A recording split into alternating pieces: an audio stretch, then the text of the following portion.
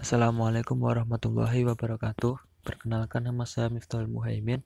Di sini saya akan mempresentasikan tentang motivasi kerja di organisasi pendidikan. Motivasi kerja.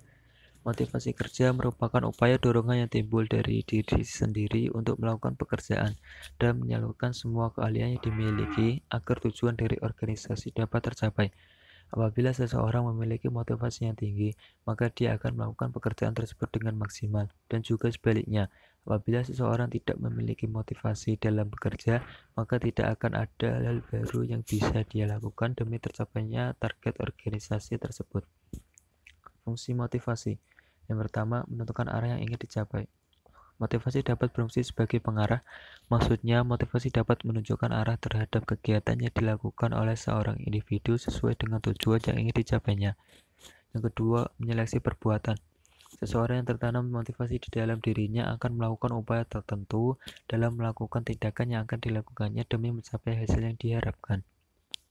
Yang ketiga, menentukan cepat atau lambatnya suatu tindakan. Motivasi juga dapat berfungsi sebagai promotor, yaitu mesin penggerak yang memberikan kekuatan bagi individu untuk melakukan suatu tindakan tertentu. Menurut Hasibuan, pemberian motivasi terhadap seorang individu akan menghasilkan tujuan seperti berikut ini. A. Memberikan dorongan atau semangat terhadap bawahannya. B. Meningkatkan produktivitas seorang pegawai dalam bekerja. C. Mempertahankan tingkat loyalitas karyawan sehingga tetap bertahan dalam organisasi pendidikan tersebut. D. Meningkatkan kedisiplinan karyawan untuk mengurangi angka absensi karyawan. E. Menciptakan suasana kerja yang kondusif dan hubungan kerja yang baik antar rekan kerja. F. Menjadikan karyawan lebih kreatif dan selalu berpartisipasi dalam kegiatan kantor. G. Menumbuhkan rasa tanggung jawab bagi karyawannya terhadap tugas-tugas yang diterima. Fungsi motivasi menurut Sardiman. Fungsi motivasi ada 3, yaitu yang pertama, mendorong manusia untuk berbuat. Motivasi dalam hal ini merupakan motor penggerak dari setiap kegiatan yang akan dikerjakannya. Yang kedua, menentukan arah perbuatan, yaitu ke arah tujuan yang hendak dicapai, sehingga motivasi dapat memberikan arah dan kegiatan yang dikerjakan sesuai dengan rumusan tujuannya. Yang ketiga, menyeleksi perbuatan, yaitu menentukan perbuatan-perbuatan apa yang harus dikerjakan sesuai guna mencapai tujuan, dengan menyisihkan perbuatan-perbuatan yang tidak bermanfaat bagi tujuan tersebut. Faktor-faktor yang mempengaruhi motivasi. Yang pertama, karakteristik biografi yang meliputi A. Usia. Hal ini penting karena usia mempunyai kaitan yang erat dengan berbagai segi kehidupan organisasional. B. Jenis kelamin. Karena jelas bahwa implikasi jenis kelamin para pekerja merupakan hal yang perlu mendapat perhatian secara wajar. Dengan demikian, perlakuan terhadap mereka pun dapat disesuaikan sedemikian rupa, sehingga mereka menjadi anggota organisasi yang bertanggung terhadap pekerjaannya. C. Status perkawinan. Dengan status ini, secara tidak langsung dapat memberikan petunjuk cara dan teknik motivasi yang cocok digunakan bagi para pegawai yang telah menikah dibandingkan dengan pegawai yang belum menikah. D. Jumlah tanggungan. Dalam hal ini, jumlah tanggungan seseorang pencari nafkah utama keluarga adalah semua orang yang biaya hidupnya tergantung pada pencari nafkah utama tersebut, tidak terbatas hanya pada istri atau suami dan anak-anaknya. Masa kerja. Dalam organisasi perlu diketahui masa kerja seseorang karena masa kerja seseorang merupakan satu indikator kecenderungan para pekerja dalam berbagai segi organisasional. Yang kedua, kepribadian. Kepribadian seseorang juga dapat dipengaruhi motivasi kerja seseorang karena kepribadian sebagai keseluruhan cara yang digunakan oleh seseorang untuk bereaksi dan berinteraksi dengan orang lain. Yang ketiga, persepsi. Interpretasi seseorang terhadap kesan sensorinya mengenai lingkungan sekitarnya akan sangat berpengaruh pada perilaku yang pada gilirannya menentukan faktor-faktor yang dipandangnya sebagai faktor organisasional yang kuat. Yang keempat, ada kemampuan belajar. Belajar adalah proses yang berlangsung seumur hidup dan tidak terbatas pada pendidikan formal yang ditempuh seseorang di berbagai tingkat lembaga pendidikan.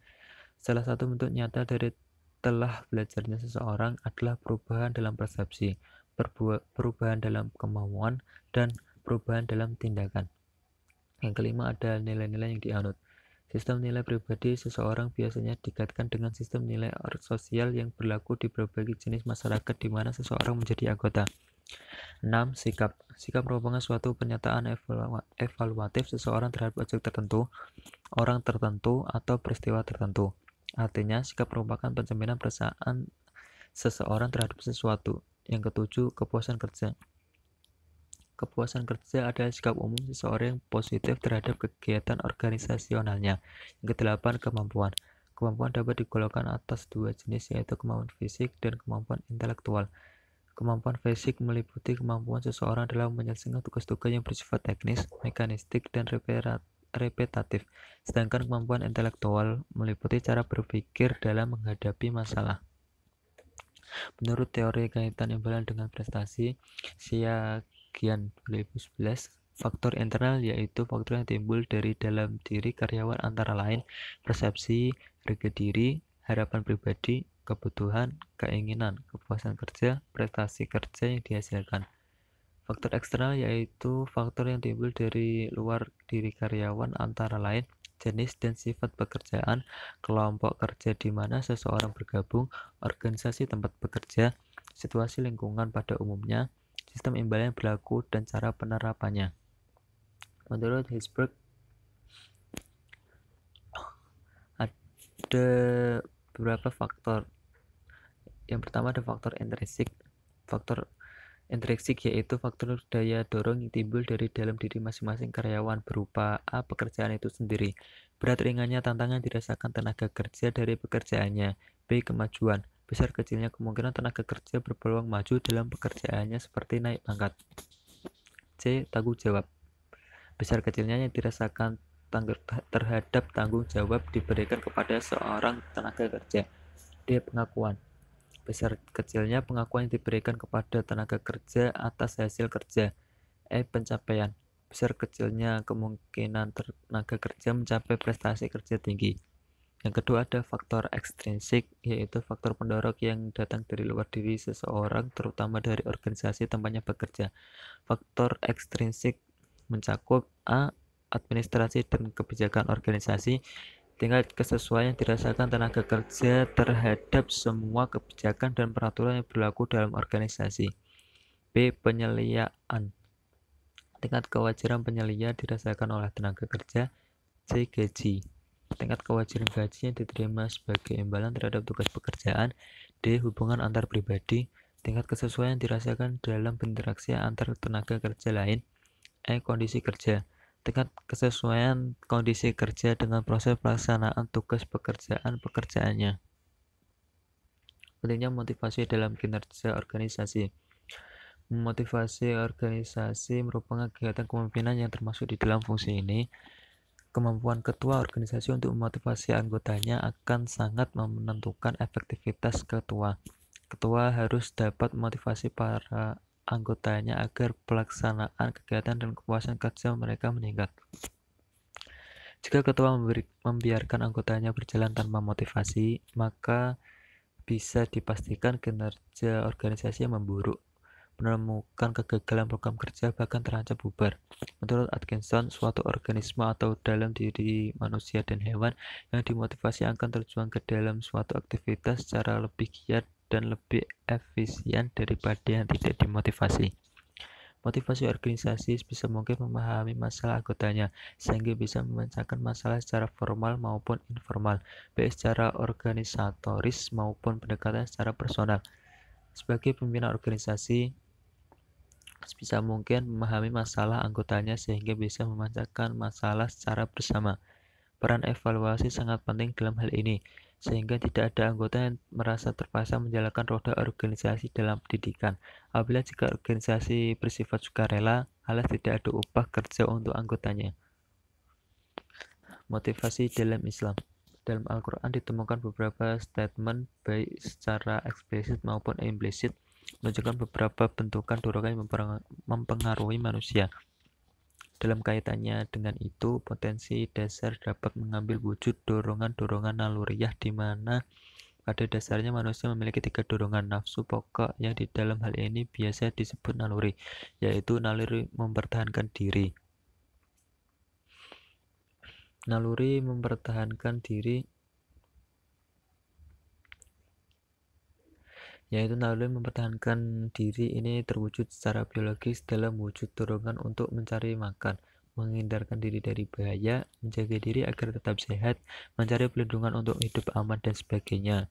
Dorongan menjaga diri menurut Najati Profesi melayani dorongan cinta keabadian, sebab dengan memenuhi kebutuhan-kebutuhan fisiologis tubuh sebenarnya telah mengusahakan kelangsungan hidup seseorang.